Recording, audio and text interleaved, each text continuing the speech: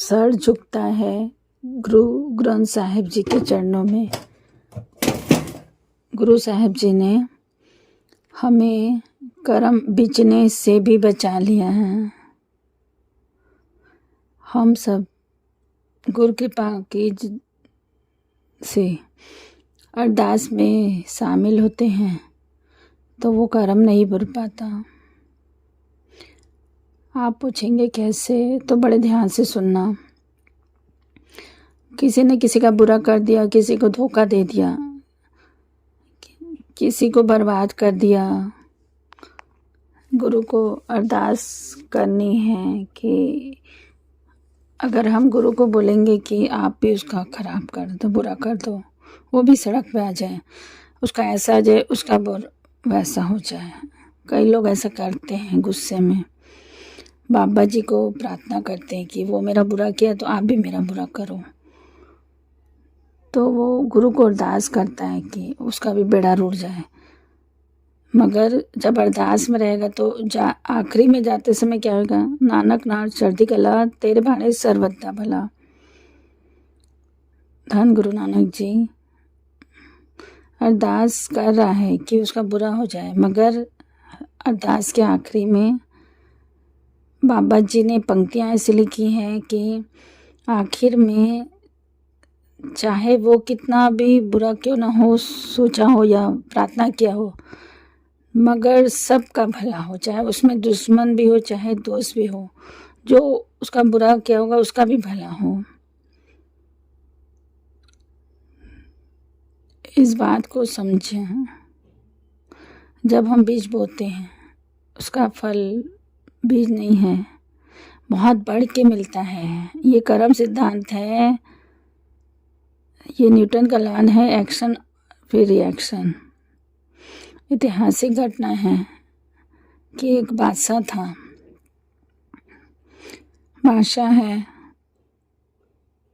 उसका पलंग सस्ता है, फूलों से नरम मखमली फूलों से, मतलब गुलाब की पंक्तियों का पूरा बिस्तर सस्ता है। पूरे कमरे में इत्र का छिड़काव, पूरा खूबसूरत कमरा। जो नौकरानी रोज ये सजाती थी, नरम बिस्तर, पूरी फूलों की चादर, इत्र का छिड़काव रोज करती थी। तो वो रोज सोचती थी बादशाह जब सोता होगा तो उसको कैसा लगता होगा। एक दिन वो सब जब पूरा बिस्तर तैयार कर ली तो बादशाह के आने में थोड़ा सा इंतजार था। तो सोची मैं सो के देखती हूँ कैसा लगता होगा इतने सुंदर बिस्तर में, इतने मुलायम बिस्तर में। वो लेट गई और इतना नरम, वो ऐसे पलंग में लेटी नहीं थी। इत्र की खुशबू, गुलाब पंक्तियों की चादर, नींद आ गई। नौकरानी सो गई। अब बादशाह आ गया। वो कैसे बर्दाश्त करे, मेरे बिस्तर में एक नौकरानी सोई है। अहंकार बहुत होता है उनमें। उसने उसे उठाया और पीटना शुरू कर दिया। धन गुरु नानक जी पीटने, इतना पीटा उसको बादशाह ने। और नौकरानी कभी हंस रही कभी रो रही है। तब बादशाह बोला कि वो हैरान हो गया कि मैं तेरे को पीट रहा हूँ तो रो रही है, वो समझ में आता है। मैं तुझे पीट रहा हूँ तो हंस रही है, वो समझ में नहीं आ रहा है।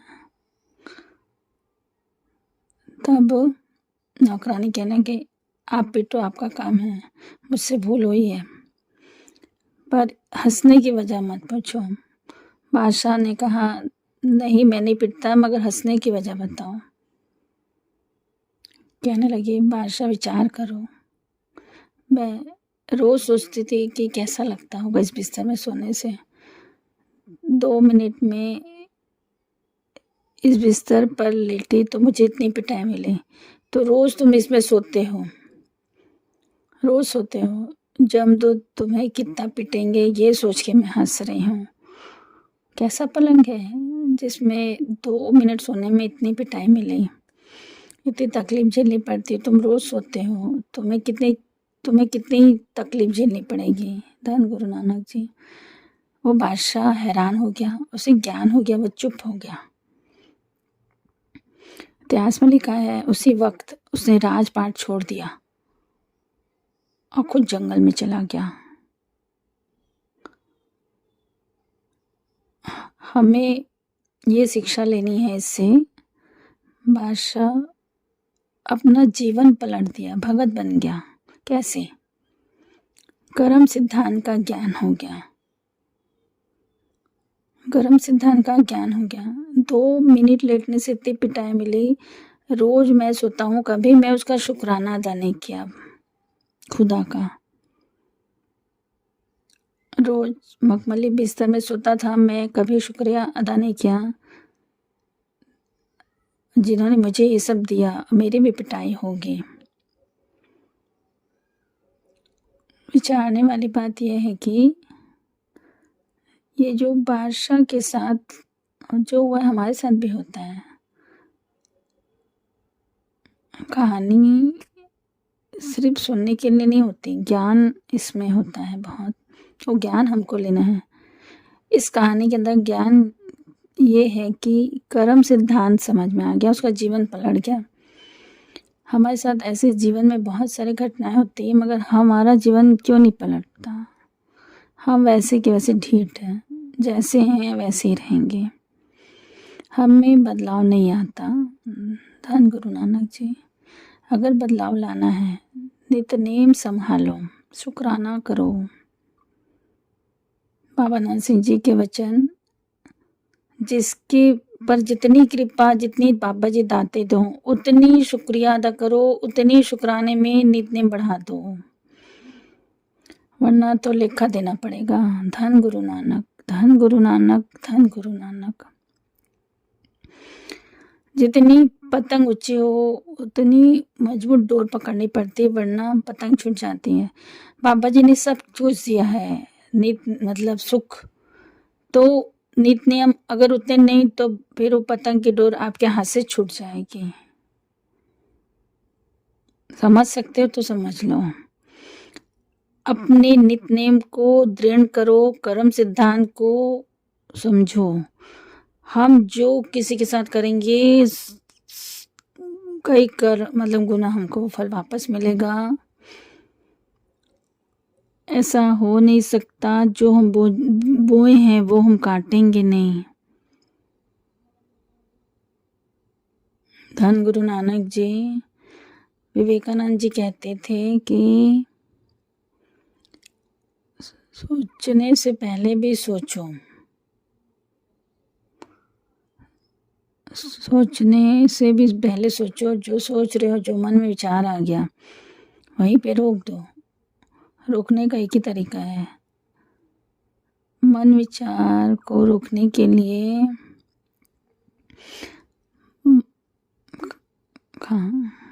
खासा नित करे जंग। अपने आप से युद्ध करना पड़ता है मन को रोकने के लिए। मन में बुरा विचार आया, उसको रोकने का एक ही तरीका है, वाहे गुरु, वाहे गुरु, वाहे गुरु, वाहे गुरु, वाहे गुरु को याद करो। पापा को बोलो, बाबा जी मेरे को ऐसे विचार आ रहे हैं, मेरे को अब दया करो मेरे ऊपर।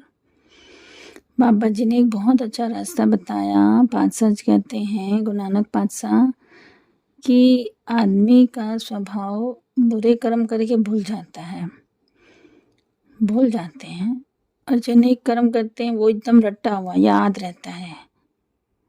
हम हिसाब रखते हैं, गुरु के आगे हम अरदास करते हैं कि हम अच्छे काम करते हैं, हमारे साथ ऐसा क्यों हुआ।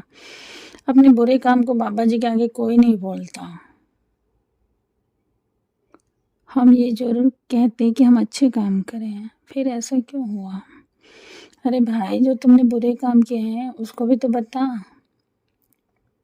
तू नहीं बताएगा तो क्या पातशाह को नहीं पता है। पातशाह कहते हैं एक तरीका अपना ले, तेरे बुरे कर्म का भी हिसाब नहीं रहेगा। कौन सा तरीका?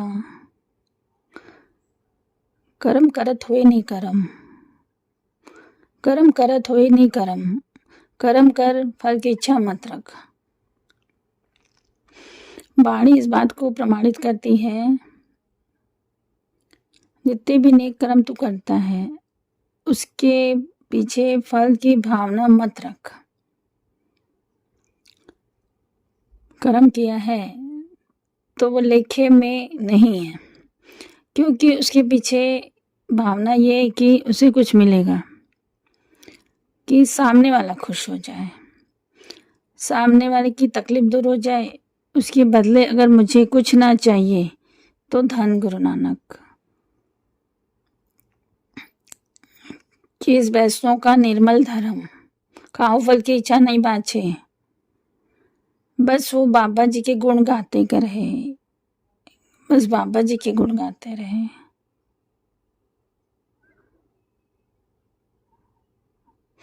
अगर तू अपने नेक कर्मों का फल नहीं मांगेगा, नेक कर्म करके भूल जाएगा, तो मैं तेरे बुरे कर्म भूल जाऊंगा। धन गुरु नानक जी, हम गलती कहाँ करते हैं? हम हिसाब करते हैं। एक योगी था, 100 साल तक तपस्या किया, एक पत्थर पे बैठा तप करने के लिए, और फिर भगवान प्रसन्न हुए और प्रकट हुए। बोले क्या मांगना है? बोल, हम आपसे प्रसन्न हैं। तो उसने कहा मैंने 100 साल तक तप किया है, मुझे इसका फल चाहिए। धन गुरु नानक। भगवान बोले अपने 100 साल के तप का फल चाहिए, कृपा चाहिए। धन गुरु नानक, हमारी प्रसन्नता चाहिए, मुझे आपका कोई एहसान नहीं चाहिए। बोला मैंने 100 साल बंदगी की है, मुझे उसका फल चाहिए, कोई एहसान नहीं चाहिए। भगवान ने मुस्कुरा के कहा ठीक है, हिसाब किताब में पड़ गया तो हिसाब किताब पूरा होगा। जिस पत्थर पे तू 100 साल बैठा, वो पुकार रहा है कि 100 साल से मुझ पे वजन डाला है, अब ये तेरे ऊपर बैठेगा 100 साल तक, उसके बाद हम बात करेंगे। धन गुरु नानक, धन गुरु नानक। महापुरुष ना बाबा नंद सिंह जी कहते थे हिसाब किताब में पड़ गए तो हम फेल हो जाएंगे। हम हर एक सेकंड भूल करते हैं। अगर बाबा जी से हिसाब किताब करने लगे तो फिर हम तो हमारे सारे गुनाहों का भी हिसाब होगा। अगर हम अच्छे फल बताएंगे बाबा जी को तो हमारे गुनाहों का भी गिनती होगा। तो बाबा जी को बोलो बस बख्श दे बाबा, बख्श दे, बख्श दे, बख्श ले बाबा, मेरा हिसाब मत कर, चाहे वो अच्छा हो चाहे वो बुरा हो, कुछ मत बोलो, शुक्रिया अदा करो बस बाबा जी का। शुक्रिया करो, शुक्रिया करो, शुक्रिया करो, शुक्रिया करो। कर्मों से अगर हम बुरे कर्म किए हैं, पाप किए हैं, अगर हम गुरु नानक जी की शरण में हैं तो फिर शेर की दोस्ती का फायदा क्या जो गिद्धड़ों से डरे। तो गुरु एक शिष्य जंगल में बैठे थे, जंगल में मतलब रास्ता तय कर रहे थे, बारी बारी से सो रहे थे कि पहरा मतलब कभी गुरु सोता कभी शिष्य सोता कि कोई जानवर नुकसान न पहुंचाए। गुरु सो रहा है तो शिष्य जाग रहा है, शिष्य सो रहा है तो गुरु सो रहा है।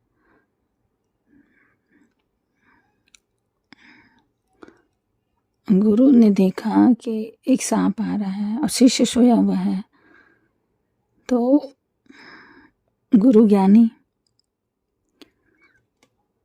गुरु को ज्ञान है, जानवरों की आवाज भी समझ लेता है, रोक दिया सांप को। तो कहाँ बढ़ रहा है? बोले आपका शिष्य, आप बीच में मत आओ, आपके शिष्य के साथ मेरा पुराना हिसाब है, इसने मेरा कत्ल किया था, मैं बदला लेने आया हूँ, ये कर्म है, मुझे उसको काटना है और इसका खून पीना है, अपना जहर इसके अंदर डालना है। गुरु ने कहा, मैं तो ये होने नहीं दूंगा क्योंकि मेरे शरण में है। होने को बीच में अड़चन पा रहे हो आप। गुरु ने कहा, कोई बात नहीं, निरंकार के भाड़े को हम नहीं टालेंगे, जुक्ति तो अपना सकते हैं। तेरा प्रण ये है कि तेरे को इसको काटना है, डसना है। तब गुरु ने कहा कि रुक। शिष्य को लेटा हुआ था, शिष्य सोया हुआ था। तब उसने, गुरु ने कहा क्या, चक्कू निकाला और थोड़ा सा खून उस शिष्य का निकाला। सब देख रहा था शिष्य, मगर कुछ नहीं बोला। तो उस खून को उसने सांप को चटा दिया। तब गुरु ने कहा कि तेरा भी वचन पूरा हुआ, मेरा भी वचन पूरा हुआ।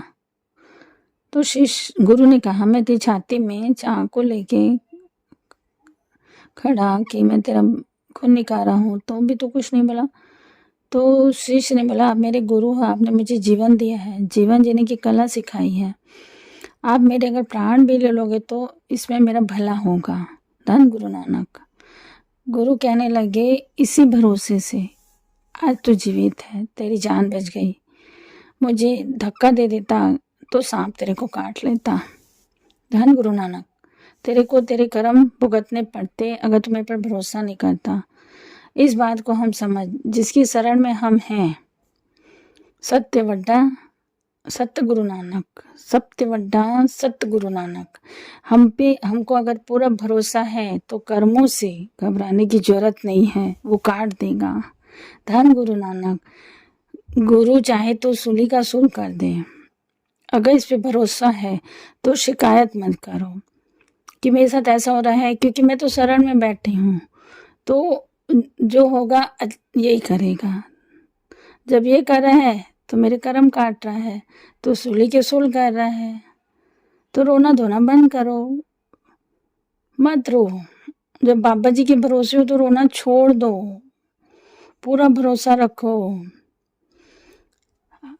अभी भी लोग रोते हैं कि भरोसे गुरुद्वारे भी जाके, अगर कोई दुख है तो समझ लो कर्म काट रहे हैं बाबा जी। अगर भरोसा है तो शरण में रहो, शरण में रहो बाबा जी के। कर्मों से मत डरो, दुख आ रहे हैं तो बाबा जी काट रहे हैं। कर्म सिद्धांत समझो, कर्म को समझो। सबसे बड़ा गुरु नानक, सबसे बड़ा गुरु नानक, सबसे बड़ा गुरु नानक। अगर भरोसा है तो शरण में रहो, सब चीज बाबा के ऊपर छोड़ दो। सारी चिंता, बोलते हैं ना, दुख सुख प्रभ देवनहार, अवर त्याग तो तीसरी चिता, जो दे सो सुखमान। बस ये 3 लाइन को अपने लाइफ में अपना लो और सुखी से रहो, खुश रहो। दुख आता है तो भी बाबा जी के ऊपर भरोसा रखो, है मेरे पास बाबा जी हैं। अपने अच्छे कर्म भी उनको दो, अपने बुरे कर्म भी आप अपने गुनवाओ। सब बाबा जी के सामने एकदम अपने आप को रख दो कि मैं ऐसा हूँ बाबा जी, आप तो मेहर कर तो मैं अच्छा बन सकता हूँ, वरना तो मेरी गति आप ही संवारोगे और कोई नहीं है मेरा। आप मेरे को दुनिया में लाए हो कर्म करने के लिए, और मैं ऐसे कर्म कर रहा हूँ तो मेरे पर दया करो कि मैं अच्छे कर्म करूँ, मैं आपके जैसे बन जाऊँ। बाबा जी के ऊपर पूरा भरोसा रखो, अपने आप को पूरा सौंप दो। सबसे बड़ा गुरु नानक, साडा सतगुरु। माता पिता वही है, हम बच्चे हैं, बच्चे रोज गलती करते हैं, बाबा जी रोज बख्श देते हैं। वो बख्शनहार है, बड़ा बड़ा बख्शनहार है, बड़े बड़ों को बख्शा है, हमको भी बख्शेगा। धन गुरु नानक जी, धन गुरु नानक जी। रोना छोड़ दो अपने आप को। इस आज से हम ये अपनाते हैं कि हम हर चीज का शुक्रिया करेंगे बाबा जी को। धन धन गुरु नानक जी, धन धन गुरु नानक जी। कुछ बोलते हुए कुछ गलती हो गई होगी तो माफ़ कर देना। मैं भी गुरु नानक जी की बेटी हूँ, जैसे आप बाबा जी के बच्चे हो। धन गुरु नानक जी, धन धन गुरु नानक।